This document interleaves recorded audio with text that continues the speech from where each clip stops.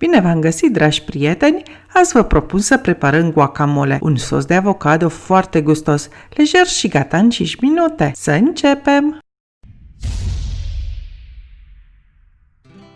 Am nevoie de 3 avocado de mărime medie, trebuie să fie copți cât să fie ușor moi când apăsăm. Se taie pe lungime transversal, se elimină sâmburele și cu o lingură scoatem miezul într-un bol. Trebuie să vă spun că baza acestui sos guacamole este fix fructul de avocado, de la care vine și denumirea acestei rețete. Aguacate înseamnă avocado, iar mole înseamnă sos. Odată intrată în contact cu aerul, pulpa de avocado se oxidează repede și se înnegrește, pierzându-și aspectul apetisant. Pentru a preveni aceasta, am stropit repede cu suc de limetă proaspăt stors, am pus la început o jumătate de lămâie. Cu o furculiță începem să zdrobim pulpa, amestecând în același timp pentru ca întreaga compoziție să ia contact cu acidul din lămâie. Pe măsură ce compoziția s-a amestecat, am gustat să văd dacă mai e nevoie de lămâie și am mai adăugat după gust. Am pus și sare tot după gust și când e gata, curăț și spăl o ceapă roșie pe care o tai cât de mărunt pot.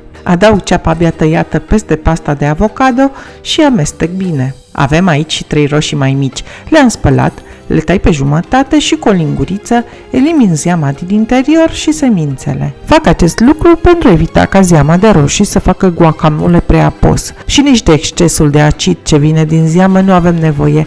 E destul că am pus zeamă de limetă. Pulpa de roșii curățate am pus-o în pasta de avocado și am amestecat bine. Ce aș fi vrut să pun, dar nu am avut la îndemână în casă, este un ardei iute, curățat de cotor și semințe și tăiat mărunt. În schimb, am și pun niște verdeață proaspătă. Tradițional se pune coriandru, eu pun pătrunjel verde.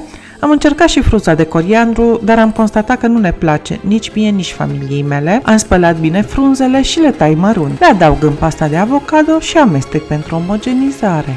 Adăugăm și piper proaspăt măcinat după gust, iar la final am ras fin și 2 cățe de usturoi mai mici. Vă sfătuiesc să puneți mai mult sau mai puțin, tot după gustul vostru. Rețeta noastră este gata. Adesea acest sos e servit cu nachos, felii crocante de tortilla de porumb tăiat în formă triunghiulară. Nouă ne place să o servim simplă pe o felie de pâine prăjită cu un ou deasupra. Găsiți rețeta pe blog, vă las linkul la descriere. E delicioasă și simplă, pe o felie de baghetă moale sau ca dressing pe o quesadilla rapidă. Mă bucur că am gătit din nou azi împreună. Vă aștept la comentarii cu propuneri cu ce doriți să vedeți anul acesta pe canalul Căsuța Laurei. Pentru musafirii nou veniți, dacă v-a plăcut ce ați văzut, nu uitați să vă abonați și să dați click pe clopoțel pentru noutăți. O zi minunată vă doresc în continuare. Bye bye!